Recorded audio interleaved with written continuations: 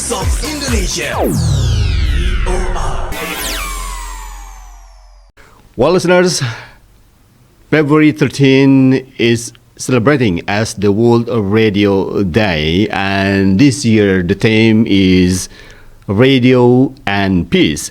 And at this time, with Peder Gustafsson. He is a senior journalist from Swedish radio, and we will share about his experience, also opinion about the celebration of this year World Radio Days. Hello, Peder Gustaffson. How are you? Hello, I'm good. Apa kabar? Baik.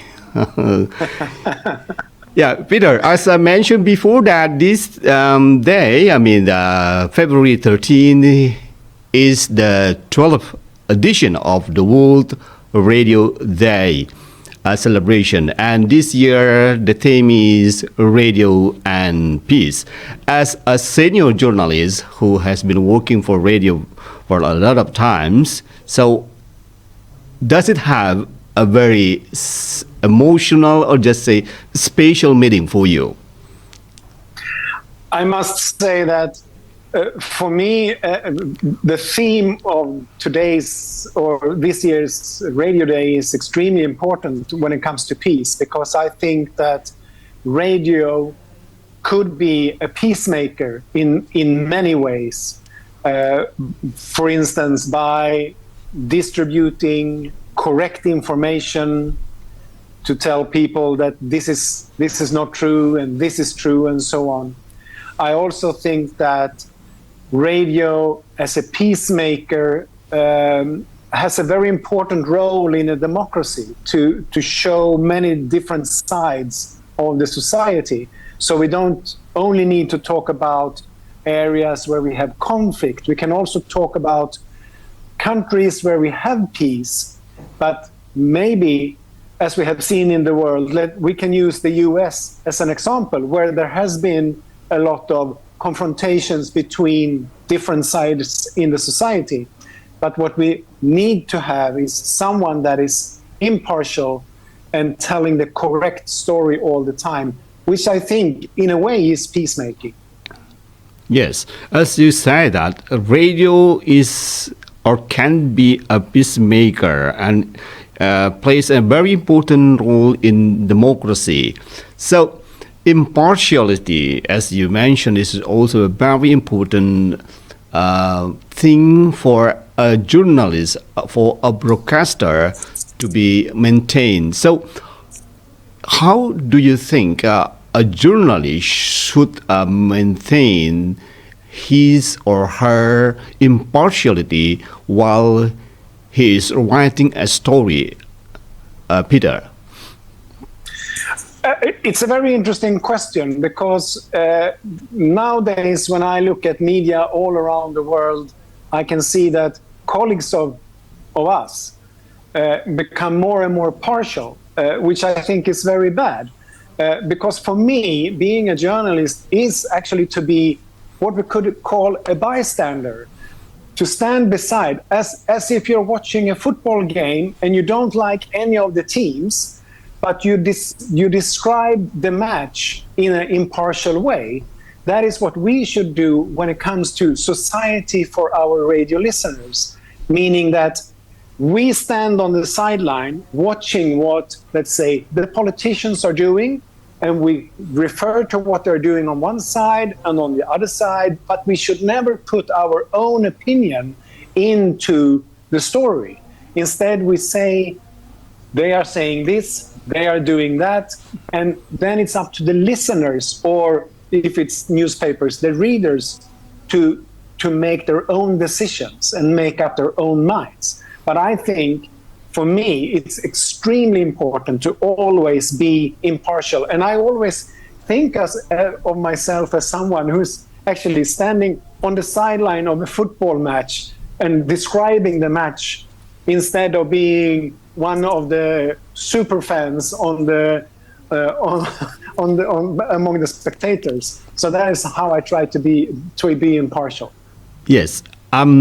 I know that you have a very interesting experience during your past in Myanmar. So, still about impartiality, and as we know that the people out there, the listeners, they need the right information about what we are covering at that time, right? So, how do you maintain your impartiality? In quotation, closing quotation, that in outside your say organization or interest in covering the situation in Myanmar at the time. Myanmar is an extremely good example of how difficult it can be to cover a story in an impartial way. Because we have, on one side, we have the military junta who took the power in a coup d'etat, and on the other side, we have the people of Myanmar. Now, I have a lot of contacts among the people, ordinary people struggling against the junta. So for me, as a journalist, I have to kind of filter what I hear. I have to take away the rumors even from my very close friends. When they tell me rumors, I have to say, but do you really think this is true? And on the other side, we also have the junta and the military, who is extremely violent. And to remember, in this case, they don't want to speak to international press. So it's difficult for us to know what's actually going on. So that's why we need to be really careful when we report about things in Myanmar. And after 2 years of more or less war in the country, I would say that now we actually need to believe more in the people than in the military. So it also changes over time. Okay, so the very important questions in this point is that, especially maybe for just say young journalists. So how to make check and recheck, as you mentioned before, that while you are talking to the people, so you have to make sure that how what they say is already, is true or not. So how, and then also you have also we'll call them less information or from the military. So how will you make a check and recheck so you believe that all the information you deliver is already correct and based on truth story? Yeah, in this case with Myanmar, it is extremely difficult to know exactly what is true. So that's why I cannot only check with 1 or 2 people. I need to check with 4 or 5 or 6 people. And also in this case, I also contact colleagues of mine. I mean, not only from Swedish radio, but also from other news agencies that is actually covering the situation in Myanmar. And I ask them, have you heard this? Do you have this confirmed? Or do you know about this? So then I think it's really important that we set aside the competition between the news organizations and instead we help each other. Because if we can help each other and get the truth out, then we also help, in this case, as we're talking about now, the people in Myanmar. Yes. This is a very basic question, actually, Peder. But while you make a selection of journalists in Swedish radio, do you, what kind of requirements the organization, Swiss radio, have to decides that this this person is qualified enough for a journalist on a Swedish radio? That is a very good question. Because first of all, what we need, what a journalist need who apply for a job at Swedish radio, they need to have a proper and a formal education as a journalist. It doesn't. They don't really need to go to university as a journalist. They also could have a background as researchers or something like that, because it's important that they know how they can find facts. And also, when you eventually get employed by Swedish Radio, we also train them.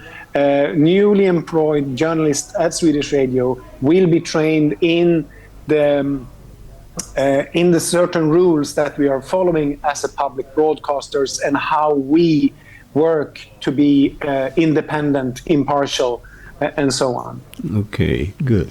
It's a good idea. I think that we can we can share with the other on this program. Yes, and Peter, I think we agree to say that radio remains the most widely consumed medium in terms of media.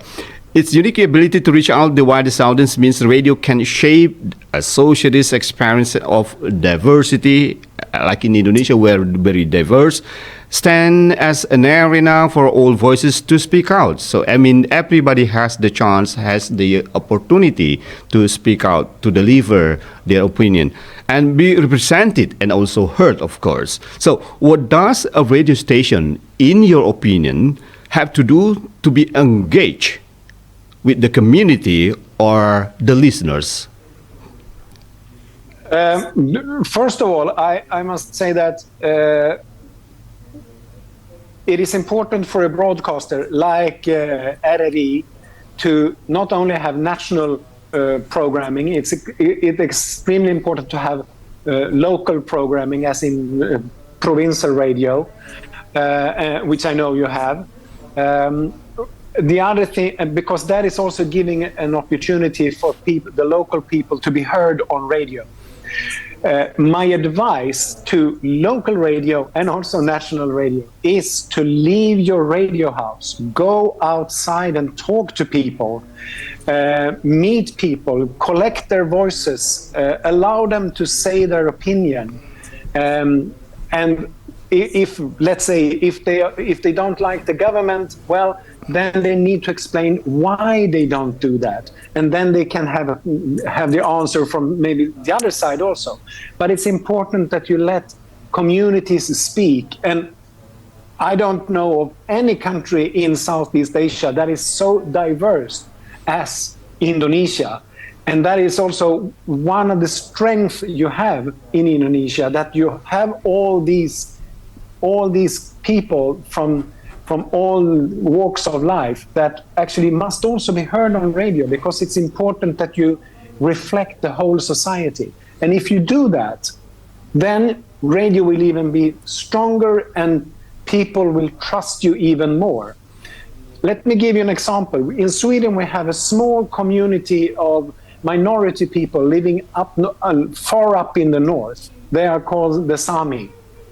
The Sami people, they have had their own radio station for almost 60 years. And that is the most trusted local radio station in the world, because they go out and speak to the people and they hear their own voices. And that is what we need to do, I think. We need to be among people. Yes.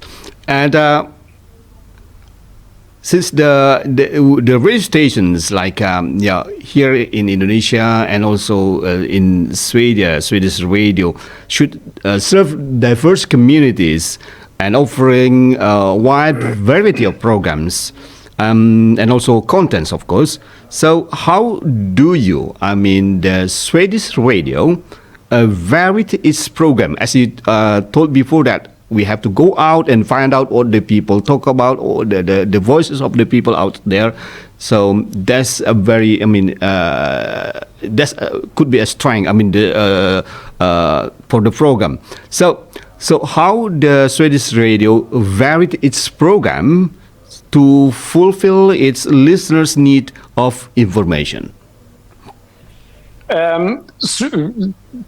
First of all, we have all these local provincial radio stations that is very close to the people, and the reporters, they know people, so they know what people want to listen to. And then, but to be honest, you cannot always give the power to the people and decide what's on radio. It's also to the editors and producers to find topics that that the radio listeners will be surprised about to hear, that they say, oh, I didn't know, oh, this is interesting. I didn't know this, but this is interesting, so now I listen to it.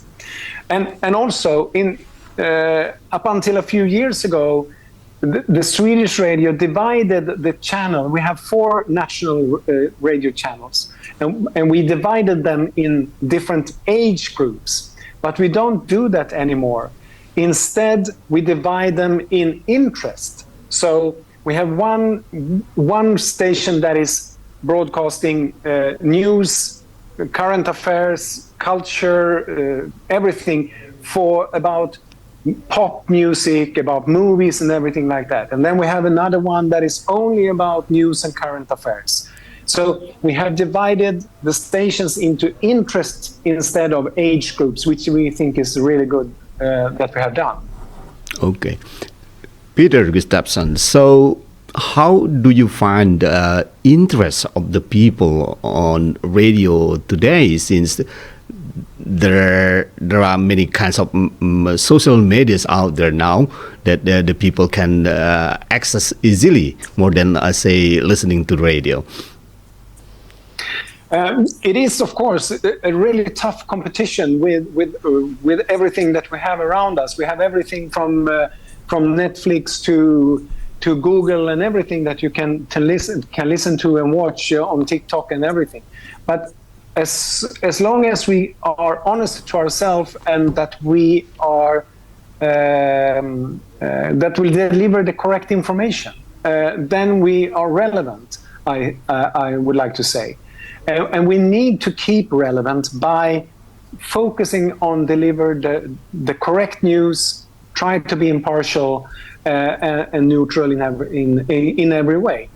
But it is, of course, it is very difficult to compete. But what Swedish Radio also have done is that we have started up a lot of podcasts in so many different topics, areas, and we can see that we have now found a new audience that don't listen to FM radio, but they instead listen to our podcasts. So that is interesting, because the podcasts, I share you a secret now, the podcasts are actually radio programs that we just rearrange and shorten so they will be easier to listen to as podcasts. Yes.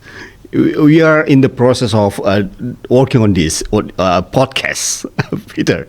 Okay. Yes, Peter, before we end this very interesting conversation, I would like you, is there anything that you want to say to the listeners of the radio out there around the world? I mean, on this occasion, the World Radio Day, as a senior journalist.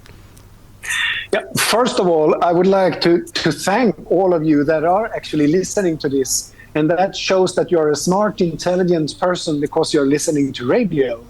And I also hope that we will have a strong future. And I do believe that radio will have a strong future for many, many years to come, because radio is relevant. And I was just talking to a colleague of mine, and we are going to make a show tomorrow in Sweden about earthquakes. And where do you get the best information after an earthquake? Well, at the radio. So radio is the medium that you really need all the time. So I hope that you will continue to listen, and it could be everything from news to entertainment. So thank you for listening.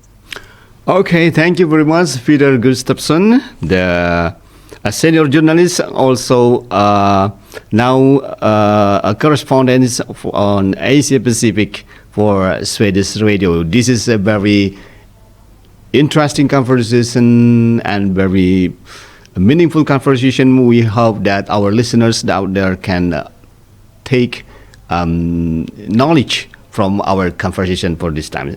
Once again, thank you very much, Peder Gustafsson. Thank you very much. Terima kasih. Terima kasih. Bye-bye. Well, listener, that was my very interesting conversation with Peder Gustafsson, a senior journalist and also an Asia Pacific correspondent of the Swedish radio. And we hope you can take knowledge from the conversation, our conversation with Peder Gustafsson today. I'm Dalat Pane, and see you next time.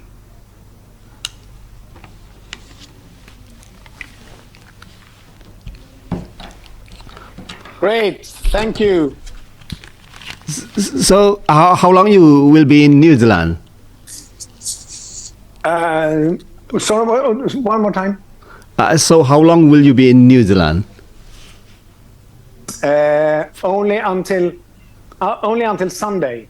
Only until because Sunday. I will go, yeah, because I will only be there one night. I already been to New Zealand. So I started my trip a month ago.